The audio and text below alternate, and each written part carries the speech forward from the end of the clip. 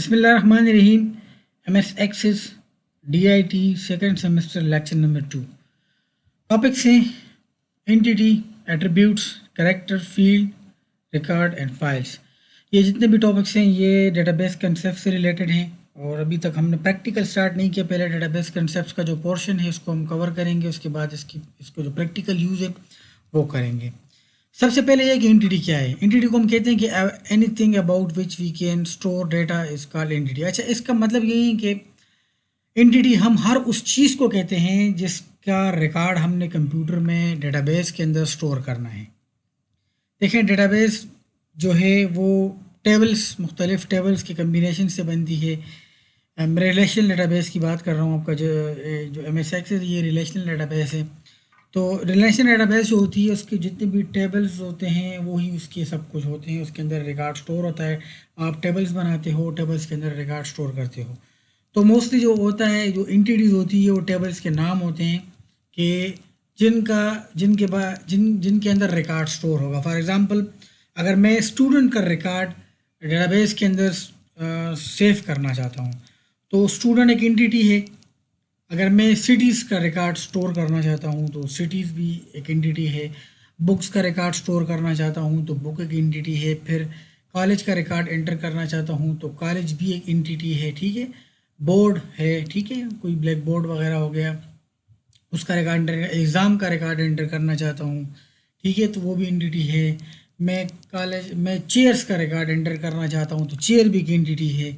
ठीक है, तो ये जब डेटाबेस के अंदर जब मैं इसको रिप्रेजेंट करूँगा टेबल से, अगर मैं इसका रिकॉर्ड एंटर करना चाहता हूँ बुक्स का, तो ठीक है, बुक्स का एक टेबल होगा जिसका नाम बुक होगा, उसके अंदर रिकॉर्ड एंटर होगा।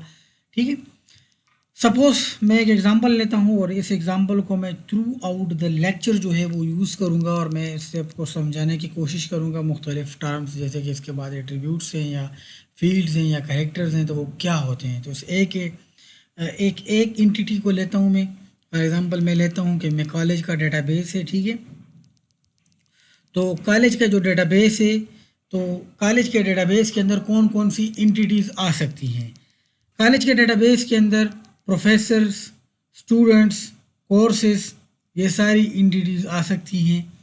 प्रोफेसर का रिकॉर्ड भी इंटर होगा कॉलेज के अंदर प्रोफेसर्स पढ़ाते हैं तो प्रोफेसर, जाहिर ही प्रोफेसर का रिकॉर्ड इंटर होगा।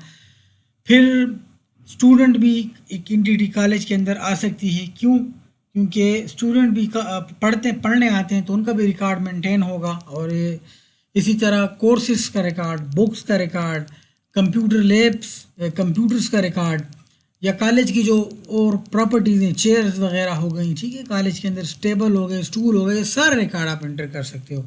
तो जब जो रिकॉर्ड इंटर करना है, जिसके बारे में आपने इन्फॉर्मेशन डेटाबेस के अंदर में स्टोर करनी है, तो उन एंटिटीज़ को आप लेना है। ठीक है, तो लेट अस सपोज कॉलेज की डेटाबेस के अंदर मैं प्रोफेसर का रिकॉर्ड एंटर करना चाहता हूँ तो मैं प्रोफेसर को एज ए एंटिटी इधर सेलेक्ट करता हूँ। ठीक है, तो प्रोफेसर हो गए। इसके बाद हमारे पास एट्रीब्यूट्स आते हैं। एट्रीब्यूट्स बेसिकली कैरेक्टरिस्टिक्स को बोलते हैं या प्रॉपर्टीज़ को बोलते हैं। एंटिटी की जो भी आप प्रॉपर्टीज़ लेंगे, अब वो क्या हो गए, वो कैरेक्टरिस्टिक्स होते हैं और इन्हीं से ही टेबल्स के कॉलम बनते हैं। डेटाबेस के अंदर जो टेबल होता है उसके कॉलम्स बनते हैं। अच्छा, फॉर एग्जांपल प्रोफेसर की एंटिटी के मैंने कौन कौन से एट्रीब्यूट लिए, प्रोफेसर का नाम लिया, प्रोफेसर का एड्रेस लिया, प्रोफेसर की सैलरी ली। ठीक है, इसके अलावा इसको और भी बहुत से एट्रीब्यूट हो सकते हैं। प्रोफेसर की कितने बेटे हैं, प्रोफेसर ने शादी, फॉर एग्जांपल प्रोफेसर ने शादी की है तो कितने बेटे हैं। ठीक है, प्रोफेसर की वालिद का नाम क्या है।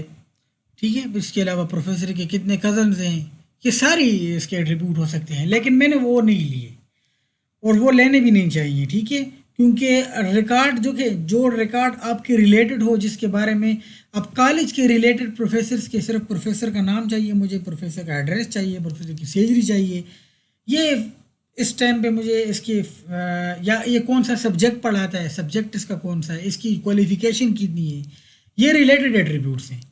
तो जो एंटिटी तो हमने सेलेक्ट कर ली, लेकिन फिर हम एंटिटी के अंदर वो एट्रीब्यूट्स उठाते हैं जो कि रिकॉर्ड के लिए या आपके जो डेटाबेस के रिलेटेड हों। हम अनरिलेटेड या वो एट्रीब्यूट्स नहीं उठाते जिससे हमें रिकॉर्ड के अंदर कोई काम नहीं है। अब प्रोफेसर का रंग कैसा है, हमें इसकी ज़रूरत ही नहीं है, ठीक है। तो ये चीज़ें हमें ज़रूरत नहीं है, तो हम वो चीज़ें उठाते हैं जो प्रोफेसर्स के रिलेटेड हों, तो इनको एट्रीब्यूट्स कहा जाता है। अब प्रोफेसर का कौन कौन सा रिकॉर्ड स्टोर होगा, देखें एक टेबल मैंने बना लिया प्रोफेसर के नाम से, एंटिटी थी प्रोफेसर, टेबल बन गया, टेबल का नाम क्या है प्रोफेसर। अब उसके कौन कौन से कॉलम होंगे, कौन कौन सी एट्रीब्यूट्स होंगे, कौन कौन सी फील्ड होंगी, उसको कौन कौन से प्रॉपर्टीज़ होंगी, ठीक है। तो उसको हम अभी लेते हैं। प्रोफेसर का नाम लिया है, प्रोफेसर का एड्रेस लिया, प्रोफेसर की सैलरी ली, और एक दूसरी फील्ड मैंने ली प्रोफेसर की आईडी। ये प्रोफेसर की आईडी जो है ये इसको बेसिकली हम एज ए प्राइमरी की यूज़ करेंगे, और प्राइमरी की इंशाल्लाह नेक्स्ट लेक्चर में मैं आपको प्राइमरी की के बारे में, कीज़ के बारे में समझाऊंगा कि कीज़ क्या होती हैं और इनका यूज़ किस तरह किया जाता है। अभी जस्ट इसको इग्नोर करेंगे कि क्या होती है। तो मैंने इसके प्रोफेसर की 4 फील्डें ली हैं, मैंने 4 प्रॉपर्टीज़ ली हैं, सॉरी प्रोफेसर की 4 प्रॉपर्टीज़ ली हैं। कौन कौन सी ली हैं, प्रोफेसर की आईडी लिए, प्रोफेसर का नेम लिए, प्रोफेसर का एड्रेस लिया, प्रोफेसर की सैलरी ली। ये एट्रीब्यूट्स हैं, और ये एट्रीब्यूट्स जो होते हैं, जो किसी भी एंटिटी के जो एट्रीब्यूट्स होते हैं, ये डेटाबेस के अंदर जब आप टेबल बनाते हो तो उसके अंदर ये क्या होते हैं, ये फील्ड, ये उसके अंदर कॉलम्स होते हैं, ठीक है। अच्छा, अभी हम करेक्टर्स की बात करते हैं। करेक्टर्स क्या होते हैं, characters smallest piece of information, उसको हम करेक्टर बोलते हैं, या display unit of information equal to one alphabet और सिंबल, इसको हम करेक्टर बोलते हैं। तो करेक्टर्स की ही जो होती है, करेक्टर्स के ही कम्बिनेशन से मुख्तलिफ नाम वगैरह बनते हैं। जैसा कि 3 टाइप्स हैं बेसिकली, इसकी तो कई टाइप्स हो सकती हैं, अल्फ़ान्यूमेरिक और वगैरह, लेकिन हम 3 ले लेते हैं। जैसे कीबोर्ड को देख के न्यूमेरिक हैं, 1 2 3 आता है इसके अंदर, अल्फ़ाबेटिक ABC, और स्पेशल कैरेक्टर्स हो गए हैं, ठीक है, प्लस माइनस @ प्रोफेसर की आईडी मैंने ले ली है इस जगह पे। अब प्रोफेसर की आईडी के अंदर जो है P01 सेव है, ठीक है। तो P एक कैरेक्टर है, और ये कौन सा कैरेक्टर है, अल्फ़ाबेट कैरेक्टर है, और 01 जो है ये न्यूमेरिक कैरेक्टर है, तो ये अल्फ़ा न्यूमेरिक हो गया, ठीक है। P01 जो है ये क्या है, ये कैरेक्टर हैं। इन्हीं कैरेक्टर्स को जब हम कंबाइन करते हैं तो उससे क्या बनता है, उससे फील्ड बनती है, ठीक है। The combination of related characters is called field.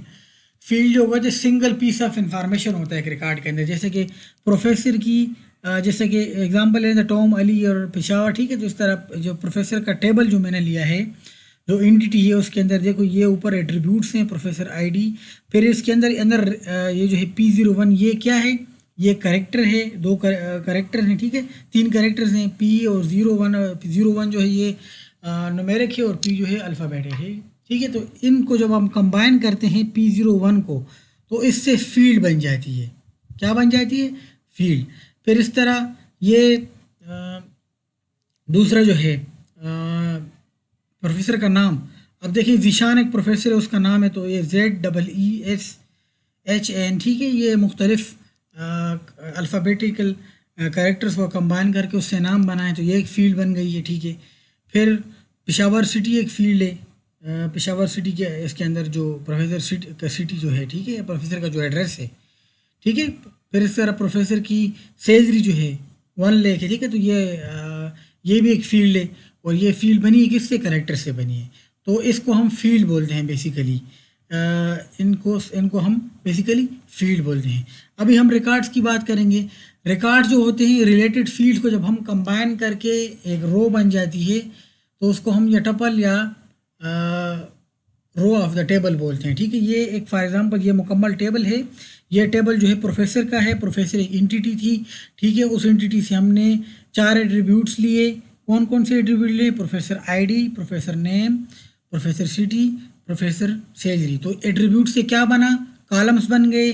अब इन कॉलम्स के अंदर जो डेटा स्टोर होगा, तो वो कैरेक्टर्स को हम कंबाइन करेंगे, P01 इनको हमने कंबाइन किया, तो P01 की एक फील्ड बन गई। फिर इसको हम फील्ड बोलते हैं, कॉलम के अंदर जो रुका डेटा होता है, ठीक है।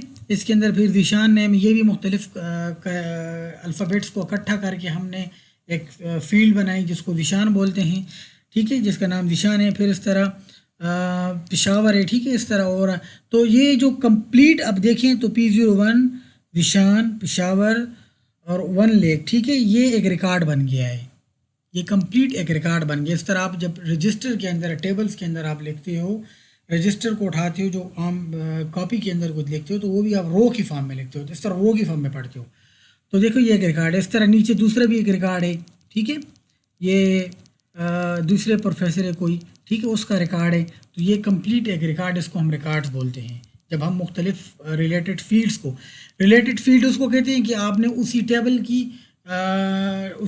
की फील्ड या उसी कंसेप्ट के रिलेटेड जो चीज़ है उसको उठानी है। इस जगह पे मैं प्रोफेसर का नाम है और मैं स्टूडेंट का नाम तो नहीं एंटर कर सकता, या स्टूडेंट का नाम तो नहीं इकट्ठा कर सकता, ठीक है, स्टूडेंट की वो फिर स्टूडेंट के साथ रिकॉर्ड के साथ आएगा।